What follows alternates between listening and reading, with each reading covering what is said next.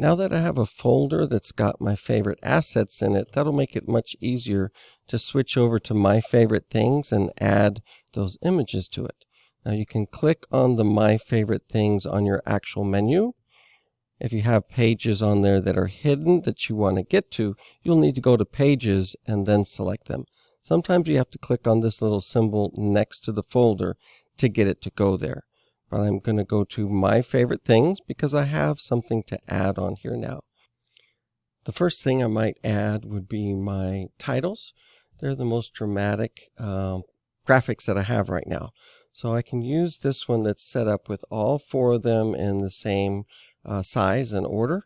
We don't have to use this text underneath, but I'm going to upload my intro title. Notice that I'm already here in My Favorite Assets. You may need to go to OneDrive, your Favorite Things project folder, and then look for your titles that you moved in here. So I'm going to start off with my intro. And notice that it is square, but this is not a square graphic. If I click on this uncrop button, it will no longer cut it down to fit in that square or scale it up. So if we do that, since they're all the same size, it'll actually look pretty good. So I'm going to add in the remainder of my titles, and they are in alphabetical order, so you might want to add them in a different order, and that's fine. As long as all four of them are visible, we'll be able to do that pretty easily. So I've got my food. Again, clicking on this uncrop button right here, and upload my last one, which is my animals. Again, the order of them, you can rearrange these. You could move this over to the left, but it can throw things off a bit because of these text boxes.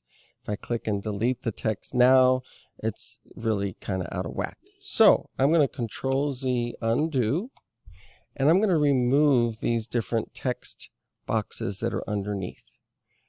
That should allow me to rearrange their order without changing the sizes, because it's not trying to leave the text behind and fit it to the right of the images. So now I can move that over, and these can be rearranged without them changing sizes. Manipulating images on these web pages can be a little bit on the tricky side. Now you do need to have some text explaining what these are, how you made them, like the description of the process, the layer styles. If you wanted to keep that text and tell what you did in order to make those backgrounds, the layer styles that you added on there, outer glow, stroke, anything that you can write about these is going to enhance your web page tremendously.